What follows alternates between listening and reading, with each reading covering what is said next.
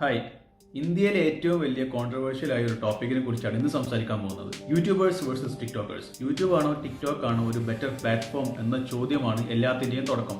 അത് പിന്നീട് യൂട്യൂബേഴ്സും ടിക്ടോക്കേഴ്സും പരസ്പരമുള്ള ഒരു റോസ്റ്റിംഗ് ചാലഞ്ചായി മാറുകയും ഇവിടെ യൂട്യൂബേഴ്സിനെ റോസ്റ്റ് ചെയ്യാനും ടിക്ടോക്കേഴ്സ് ഉപയോഗിക്കുന്നത് മെയിൻലി യൂട്യൂബ് തന്നെയാണ്. ഈ ഒരു കോൺട്രവേഴ്സി അതിൻ്റെ പീക്കിലെത്തുന്നത് കാരിമിനാക്കിയുടെ ഒരു വീഡിയോ വൈറലായതോടെയാണ്. അതിന് 76 മില്യണാണ് ആ വീഡിയോക്ക് വ്യൂസ് ഉണ്ടായിരുന്നത്. മാത്രമല്ല ഇന്ത്യയിലെ തന്നെ ഏറ്റവും ലൈക്ക് ചെയ്ത വീഡിയോ മാറുകയാണ്. പക്ഷേ യൂട്യൂബ് ആ വീഡിയോ ഡിലീറ്റ് ചെയ്തു. ഇതുപോലെ ടോപ്പിക് ഞാൻ പൊതുവെ സംസാരിക്കാറില്ല, പക്ഷേ ഇവിടെ ഒരു സീരിയസ് ആയ സോഷ്യൽ ഇഷ്യൂ ഞാൻ കാണുന്നുണ്ട്. അതിനെക്കുറിച്ച് സംസാരിക്കാനാണ് ഇന്നത്തെ ഈ ഒരു വീഡിയോ. അപ്പോൾ തുടങ്ങാം. അപ്പോൾ യൂട്യൂബേഴ്സ് വേഴ്സസ് ടിക്ടോക്കേഴ്സ്. ഇവിടെ പലർക്കും പല അഭിപ്രായം കാണും. ചിലർക്ക് യൂട്യൂബായിരിക്കും ഇഷ്ടം, ചിലർക്ക് ടിക്ടോക്ക് ആയിരിക്കും ഇഷ്ടം. പേഴ്സണലി എനിക്ക് യൂട്യൂബാണ്. അതായത് യൂട്യൂബ് ടിക്ടോക്കിനേക്കാൾ എല്ലാ രീതിയിലും ഒരു ബെറ്റർ പ്ലാറ്റ്ഫോമാണ്. എന്തുകൊണ്ടാണ് എനിക്ക് ടിക്ടോക്ക് ഇഷ്ടമില്ലാത്തത്? അതിൻ്റെ 3 കാരണങ്ങളുണ്ട്.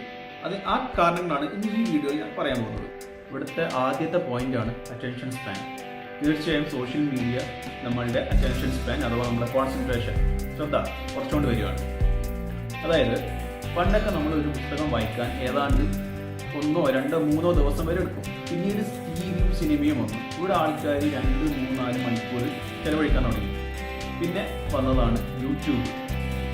ഇവിടെ ആൾക്കാർ ഒരു വീഡിയോ കാണാൻ യൂട്യൂബിൽ അപ്രോക്സിമേറ്റ്ലി 10 മുതൽ 15 മിനിറ്റ് വരെ ചെലവഴിക്കാൻ തുടങ്ങി. ഈ മണിക്കൂറിൽ നിന്നും കുറഞ്ഞ് 10-15 മിനിറ്റിലേക്ക് മാറി. അടുത്തതായിട്ട് വന്നതാണ് നമ്മളുടെ ഫേസ്ബുക്കും ഇൻസ്റ്റാഗ്രാമും. ഇവിടെ ശരാശരി 1 മിനിറ്റാണ് ഒരു ടോപ്പിക് അല്ലെങ്കിൽ ഒരു വീഡിയോ കാണുന്നതായിട്ട് ആൾക്കാർ ചെലവഴിക്കുന്നത്. പക്ഷെ ടിക്ടോക്ക് ഇതിൻ്റെയൊക്കെ എക്സ്ട്രീം ലെവലിലേക്കാണ് പോകുന്നത്. അതായത് ഒരു വീഡിയോ കാണാൻ 10 മുതൽ 15 സെക്കൻഡ് വരെയാണ് ടിക്ടോക്കിൽ എടുക്കുന്ന ടൈം. അതായത് നമ്മൾ തുടക്കത്തിൽ ഒരു പുസ്തകം വായിക്കാൻ 2-3 ദിവസം എടുത്തു. പിന്നീട് അത് മണിക്കൂറായി, പിന്നീട് മിനിറ്റായി, പിന്നീട് ഇപ്പം വെറും 10 മുതൽ 15 സെക്കൻഡ് വരെയാണ് ടിക്ടോക്കിൽ ആൾക്കാർ ഒരു വീഡിയോ കാണുന്നതിന് ചെലവഴിക്കുന്നത്. ഇത്രയും കുറച്ച് സമയം കൊണ്ട് എഫക്റ്റീവായ ഒരു കാര്യം പുതുതായിട്ട് പഠിക്കാൻ പറ്റില്ല. എന്ന് വെച്ചാൽ ആളുകൾക്ക് ഓരോ 10-15 സെക്കൻഡ് കൂടുമ്പോൾ എന്തെങ്കിലും പുതിയൊരു എന്റർടൈൻമെന്റ് വേണം. അതായത് ആളുകളുടെ ക്ഷമ വളരെ നഷ്ടപ്പെട്ടിരിക്കുകയാണ്. ഉദാഹരണം പറയുകയാണെങ്കിൽ തിയേറ്ററിൽ ഒരു പടം കാണാൻ പോയി നിൽക്കട്ടെ. പടം കാണുന്നതിനിടയിൽ ഒരു ബോറിംഗ് സീൻ വന്നാൽ ഉടനെ ആളുകൾ അവരുടെ ഫോൺ എടുക്കും, സോഷ്യൽ മീഡിയയിൽ കയറും. എന്ന് വെച്ചാൽ 2 മണിക്കൂറുള്ള സിനിമ പൂർണ്ണമായിട്ടും ആസ്വദിക്കാൻ ആളുകൾക്ക് സാധിക്കുന്നില്ല. ഓരോ നിമിഷവും ഏതെങ്കിലും തരത്തിലുള്ള പുതിയ എന്റർടൈൻമെന്റ് ആണ് ആളുകൾക്ക് വേണ്ടത്. അപ്പോൾ ഇത്രയും കുറച്ച് അറ്റൻഷൻ സ്പാൻ കാരണം ആളുകളിൽ ഒരുപാട് പ്രശ്നങ്ങൾ കണ്ടുവരുന്നുണ്ട്. അതിൽ ഒന്നാമത്തതാണ് ടിക്ടോക്കിലെ 10-15 സെക്കൻഡ് എഫക്റ്റീവ് അല്ല. 10-15 സെക്കൻഡ് കൊണ്ട് എങ്ങനെയാണ് ഒരു പുതിയ കാര്യം പഠിച്ചെടുക്കാൻ പറ്റുന്നത്.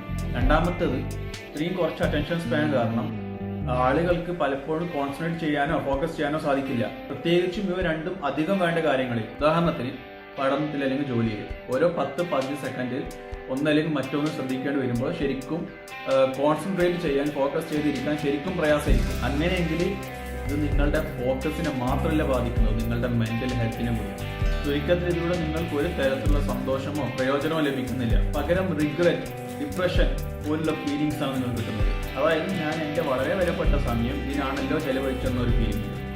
ഇതിന് പകരം മറ്റെന്തെങ്കിലും ചെയ്തിരുന്നെങ്കിൽ എന്ന് ചിന്തിക്കുന്നു, എന്തെങ്കിലും പ്രൊഡക്റ്റീവായി ചെയ്തിരുന്നെങ്കിൽ എന്ന് നമ്മൾ ചിന്തിക്കുന്നു. രണ്ടാമത്തെ കാരണം എന്താ വെച്ചാൽ ടിക്ടോക്ക് വളരെ പാസീവുമാണ്, വളരെ അഡിക്റ്റീവാണ്. പാസീവ് എന്ന് വെച്ചാൽ നിങ്ങൾ സ്വയം ഒന്നും അധികമായിട്ട് ചെയ്യേണ്ട ആവശ്യമില്ല. ജസ്റ്റ് സ്ക്രോൾ മാത്രം ചെയ്താൽ മതി. ടിക്ടോക്ക് നിങ്ങൾക്കുള്ള കണ്ടന്റ് കൊണ്ടുവരും, നിങ്ങൾ സ്ക്രോൾ മാത്രം ചെയ്താൽ മതി.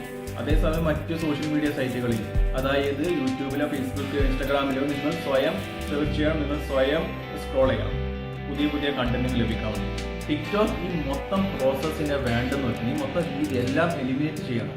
പകരം അതിൻ്റെ അൽഗോരിതം ജനറേറ്റ് ചെയ്യുന്ന കണ്ടന്റുകൾ നിങ്ങൾക്ക് കാണിച്ചു കൊണ്ടേയിരിക്കും. നിങ്ങൾ ജസ്റ്റ് ഒരു മൈൻഡ്ലെസ് റോബോട്ടിനെ പോലെ ഇങ്ങനെ ഒന്നിന് പിന്നാലെ ഒന്നായി ഇങ്ങനെ സ്ക്രോൾ ചെയ്തുകൊണ്ടിരിക്കുക. അത്രയും മതി, നിങ്ങൾ വേറെ ഒന്നും ചെയ്യേണ്ട ആവശ്യമില്ല, ബാക്കി ടിക്ടോക്ക് ചെയ്തോളൂ. അതുകൊണ്ട് തന്നെയാണ് മറ്റൊരു സോഷ്യൽ മീഡിയ പ്ലാറ്റ്ഫോമിനും, അതായത് യൂട്യൂബ് ആയിക്കോട്ടെ, ഫേസ്ബുക്ക് ആയിക്കോട്ടെ, ഇൻസ്റ്റാഗ്രാം ആയിക്കോട്ടെ, ഏതൊരു സോഷ്യൽ മീഡിയ പ്ലാറ്റ്ഫോം ആയിക്കോട്ടെ, അവർക്കൊന്നും നൽകാൻ പറ്റാത്ത ഒരു അഡിക്ഷൻ ടിക്ടോക്കിന് നൽകാൻ പറ്റും. അവിടെയാണ് നമ്മൾ അടുത്ത പോയിന്റ് അഡിക്ഷൻ വരുന്നത്. നമ്മൾ ഒന്നും ചെയ്യേണ്ടതില്ല എന്ന ഒറ്റ കാരണം കൊണ്ട് തന്നെയാണ് ഈ ഒരു അഡിക്ഷൻ വരുന്നത്. അതായത് ഓരോ 10-15 സെക്കൻഡ് കൂടുമ്പോൾ ആപ്പ് നിങ്ങൾക്കായി പുതിയൊരു കണ്ടന്റ് ആണ് കൊണ്ടുവരുന്നത്, പുതിയൊരു വെറൈറ്റി കണ്ടന്റ് ആണ് കൊണ്ടുവരുന്നത്. അതുകൊണ്ട് തന്നെ നിങ്ങൾ പോലും അറിയാതെ നിങ്ങൾ ഇതിൽ അഡിക്റ്റ് ആവുന്നത്. നിങ്ങൾ ഏറിപ്പോയാൽ നിങ്ങൾ ചെയ്യേണ്ടത് ജസ്റ്റ് ഒരു സ്ക്രോൾ മാത്രമാണ്, വേറെ ഒന്നും നിങ്ങൾ ചെയ്യേണ്ട. ഇഷ്ടപ്പെടലും ജസ്റ്റ് സ്ക്രോൾ ചെയ്യാം. ഇവിടെ യൂട്യൂബിന്റെ കേസിൽ അങ്ങനെയല്ല. അതായത് യൂട്യൂബിൽ നിങ്ങൾ ഒരു വീഡിയോ കണ്ടതിന് ശേഷം വീഡിയോയുടെ ലാസ്റ്റ്, അതായത് എൻഡ് സ്ക്രീൻ എന്ന് പറയും, അവിടെ 1, 2, 3, 4 വീഡിയോസ് നിങ്ങൾക്ക് എന്ത് ഓപ്ഷൻസ് ആയി കിട്ടും. അതല്ലെങ്കിൽ സൈഡിൽ യൂട്യൂബിൽ താഴെ സ്ക്രോൾ ചെയ്ത് കഴിഞ്ഞാൽ ഒരുപാട് ഓപ്ഷൻസ് വേറെയും കിട്ടും. മറ്റ് വീഡിയോസ് നിങ്ങൾക്ക് ഇഷ്ടമുള്ളത് സെലക്ട് ചെയ്യാൻ പറ്റും. നിങ്ങൾക്ക് ആ ഒരു ഓപ്ഷൻസ് അത് സെലക്ട് ചെയ്യാനുള്ള ആ ഒരു ഓപ്ഷൻ അവിടെ ഉണ്ട്. ഇവിടെ നിങ്ങളുടെ മൈൻഡ് വർക്ക് ചെയ്യുന്നുണ്ട്. നിങ്ങൾ കുറച്ചു നേരം ആലോചിച്ചതിന് ശേഷം നിങ്ങൾ ക്ലിക്ക് ചെയ്യണോ വേണ്ടിയോ നിങ്ങൾ ഡിസിഷനിൽ എത്തുകയാണ്. ടിക്ടോക്കിന്റെ കേസിൽ അങ്ങനെയല്ല, നിങ്ങളുടെ മൈൻഡ് കംപ്ലീറ്റ്ലി സ്വിച്ച് ഓഫ് ആണ്. യൂട്യൂബിൽ നിങ്ങൾ കുറച്ച് ആലോചിക്കേണ്ടതുണ്ട്, ക്ലിക്ക് ചെയ്യണോ വേണ്ടിയോ, ഇത് എൻ്റെ ഇൻട്രസ്റ്റിംഗ് ഉള്ള ടോപ്പിക് ആണോ അല്ലയോ എന്നൊക്കെ നിങ്ങൾ ആലോചിക്കും. ടിക്ടോക്കിന്റെ കാര്യത്തിൽ അതല്ല. പലപ്പോഴും ആൾക്കാർ സോഷ്യൽ മീഡിയ ലഹരിയായിട്ടാണ് കമ്പയർ ചെയ്യുന്നത്. കാര്യം സോഷ്യൽ മീഡിയ അത്രയും അഡിക്റ്റീവാണ്. പക്ഷെ ഞാൻ ടിക്ടോക്കിനെ ഒരു കാസിനോ സ്ലോട്ട് മെഷീൻ ആയിട്ടാണ് കമ്പയർ ചെയ്യുന്നത്. കാസിനോയിൽ ചെന്നാൽ നിങ്ങൾക്കൊരു സ്ലോട്ട് മെഷീൻ കാണാൻ സാധിക്കും. അതിൽ എന്താ പറയുക 3 നമ്പേഴ്സ് ഉണ്ടാവും, 3 നമ്പേഴ്സ് വരും. അത് തുടർന്നാണ് നിങ്ങൾ വിജയിച്ചോ പരാജയപ്പെട്ടോ എന്ന് അറിയാൻ പറ്റുക. ടിക്ടോക്കും ഏതാണ്ട് ഇതേപോലെ തന്നെയാണ്. നിങ്ങൾക്ക് ഇഷ്ടപ്പെട്ടാൽ വലിയ ജസ്റ്റ് ഒരു സ്ക്രോൾ മാത്രം ചെയ്താൽ മതി. ഇഷ്ടപ്പെടുവാണെങ്കിൽ നിങ്ങൾ കുറച്ച് നേരത്തേക്കുള്ള ഒരു എന്റർടൈൻമെന്റ് കിട്ടും, കുറച്ച് സന്തോഷം കിട്ടും, അത്ര തന്നെ. അത് കഴിഞ്ഞാൽ വീണ്ടും നിങ്ങൾ സ്ക്രോൾ ചെയ്യണം. ഗാംബ്ലിങ്ങിന് അഡിക്റ്റീവായ ആളുകളുടെ കാര്യവും ഏതാണ്ട് ഇതേപോലെ തന്നെയാണ്. അവർ സ്ലോട്ട് മെഷീനിൽ വീണ്ടും വീണ്ടും ട്രൈ ചെയ്ത് കൊണ്ടേയിരിക്കും. അതായത് ഇതിൽ ഞാൻ വിജയിക്കും അല്ലെങ്കിൽ അടുത്തതിൽ ഞാൻ വിജയിക്കും. ആ ഒരു മൈൻഡ് സെറ്റാണ് അവരുടെ. ടിക്ടോക്കിന്റെ കാര്യത്തിലും ഇതേ സെയിം അവസ്ഥയാണ്. മൂന്നാമത്തെ റീസൺ പൊളിറ്റിക്കലാണ്. നമുക്ക് എല്ലാവർക്കും അറിയാം ടിക്ടോക്ക് ഒരു ചൈനീസ് കമ്പനിയാണ്. എല്ലാ ചൈനീസ് കമ്പനിയും ചൈനീസ് ഗവൺമെന്റിന്റെ ഷാഡോയിലാണുള്ളത്. അതായത് അവരെന്ത് പറയുന്നോ അത് മാത്രമേ അവർക്ക് ചെയ്യാൻ പറ്റൂ. അതായത് നമ്മുടെ ഇന്ത്യയിലുള്ള ഡെമോക്രാറ്റിക് വാല്യൂസ് ഒന്നും അവിടെ ഇല്ല. പ്യുവർ ഡിക്റ്റേറ്റർഷിപ്പിലാണ് ചൈന മുന്നോട്ട് പോകുന്നത്. അതുകൊണ്ട് തന്നെ അവിടെ ഒരു തരത്തിലുള്ള ക്രിറ്റിസിസം അവിടെ അനുവദിക്കില്ല. എന്ന് വെച്ചാൽ ഏതെങ്കിലും തരത്തിലുള്ള ഒരു വിമർശനം, ക്രിറ്റിസിസം ചൈനീസ് ഗവൺമെന്റ് നേരെ വന്നു കഴിഞ്ഞാൽ ഉടനെ തന്നെ അത് നീക്കാനുള്ള പ്രഷർ വരും. നമ്മൾ മുന്നേ ഈ ഒരു സിറ്റുവേഷൻ കണ്ടിരുന്നതാണ്. അതായത് ചൈനീസ് ഗവൺമെന്റിനെ ക്രിട്ടിസൈസ് ചെയ്തുള്ള വീഡിയോസ് ടിക്ടോക്കിൽ വന്നപ്പോൾ ടിക്ടോക്ക് അത് ഉടനെ റിമൂവ് ചെയ്തിരുന്നു, നീക്കം ചെയ്തിരുന്നു. പക്ഷെ പിന്നീട് ടിക്ടോക്ക് ഇതിനെക്കുറിച്ച് മാപ്പ് പറയുന്നുണ്ടായി. എങ്കിൽ നമുക്ക് ഒരിക്കലും ഒരു ചൈനീസ് കമ്പനി അങ്ങനെ പൂർണ്ണമായിട്ട് വിശ്വസിക്കാൻ പറ്റിയ കാര്യം നമുക്ക് അറിയില്ല. എങ്ങനെയുള്ള ഇൻഫ്ലുവൻസ് ആണ്, പ്രഷറാണ് ഈ കമ്പനികൾക്ക് മുകളിൽ ചൈനീസ് ഗവൺമെന്റിനുള്ളതെന്ന്. മാത്രവുമല്ല ഈ കമ്പനികൾ ചൈനീസ് ഗവൺമെന്റിന്റെ താല്പര്യങ്ങൾ മുന്നോട്ട് കൊണ്ടുപോകാൻ വേണ്ടിയിട്ട് കണ്ടന്റുകൾ നീക്കാൻ മാത്രമല്ല അത് മാനിപ്പുലേറ്റ് ചെയ്യാൻ വേണ്ടിയിട്ട് ഏതറ്റം വരെ പോകുമെന്ന് നമുക്കറിയില്ല. അതേസമയം ഫേസ്ബുക്ക്, ഇൻസ്റ്റഗ്രാം, അതേപോലെ തന്നെ യൂട്യൂബ് ഇതൊക്കെ വരുന്നത് US പോലെയുള്ള വെസ്റ്റേൺ കൺട്രീസിൽ നിന്നാണ്. ഈ രാജ്യങ്ങളുടെ പ്രത്യേകത എന്താണെന്ന് വെച്ചാൽ ലിബറൽ ഡെമോക്രസിയും അതേപോലെ തന്നെ ഫ്രീഡം ഓഫ് സ്പീച്ചും സംരക്ഷിക്കപ്പെടുന്നത്. എല്ലാം വ്യക്തമായി നിയമത്തിന്റെ കീഴിൽ സംരക്ഷിക്കപ്പെട്ടിട്ടുണ്ട്. അതുകൊണ്ട് തന്നെയാണ് യൂട്യൂബിൽ നിങ്ങൾ ഒരുപാട് വിമർശനങ്ങളും മറ്റും കാണുന്നത്. അതായത് freedom of speech, freedom of expression, ഇത് രണ്ടും യൂട്യൂബിൽ മാത്രം നിങ്ങൾക്ക് ശരിക്കും കാണാൻ പറ്റും. അതേസമയം ടിക്ടോക്കിൽ നോക്കിക്കഴിഞ്ഞാൽ അതിലേക്ക് കാണാൻ പറ്റിയ സംഭവം. അപ്പോൾ ഇത് പറഞ്ഞതൊക്കെയാണ് ടിക്ടോക്കിന്റെ നെഗറ്റീവ് സൈഡ്സ്. ഇനി നമുക്ക് ടിക്ടോക്കിന്റെ പോസിറ്റീവ് സൈഡ്സിനെ കുറിച്ച് സംസാരിക്കാം. ടിക്ടോക്കിന്റെ ആദ്യത്തെ positive point low entry barrier.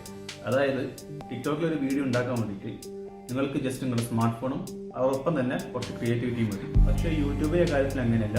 നിങ്ങളുടെ ചാനൽ വലുതാകുന്നതനുസരിച്ച് നിങ്ങൾക്ക് കൂടുതൽ എക്യുപ്മെന്റ്സ് വേണ്ടി വരും. അതായത് നിങ്ങൾക്ക് ലൈറ്റിംഗ് വേണ്ടി വരും, അതേപോലെ തന്നെ ക്യാമറ, ലെൻസ്, അതേപോലെ തന്നെ പലപ്പോഴും നന്നായിട്ട് എഡിറ്റ് ചെയ്യാൻ വേണ്ടിയിട്ട് ഒരു എഡിറ്ററെ ഹയർ ചെയ്യേണ്ടി വരിക. ചിലപ്പം ഒരു ഫുൾ സ്റ്റുഡിയോ സെറ്റപ്പ് വേണ്ടി വരും. യൂട്യൂബിൽ ഒരു വീഡിയോ ഉണ്ടാക്കാൻ വേണ്ടി നിങ്ങൾക്ക് കൂടുതൽ സമയം വേണ്ടി വരും. അതായത് ഉദാഹരണത്തിന് ഞാൻ ഉണ്ടാക്കുന്ന ട്രാവൽ വീഡിയോസ് പലപ്പോഴും 2-3 ദിവസം വരെ എടുക്കാറുണ്ട്. ഒരു വീഡിയോ കംപ്ലീറ്റ് ഷൂട്ട് ചെയ്ത് എഡിറ്റ് ചെയ്ത് റെൻഡർ ചെയ്ത് പിന്നീട് അപ്ലോഡ് ചെയ്യാൻ വേണ്ടിയിട്ട് അത്രയും ടൈം എടുക്കാറുണ്ട്.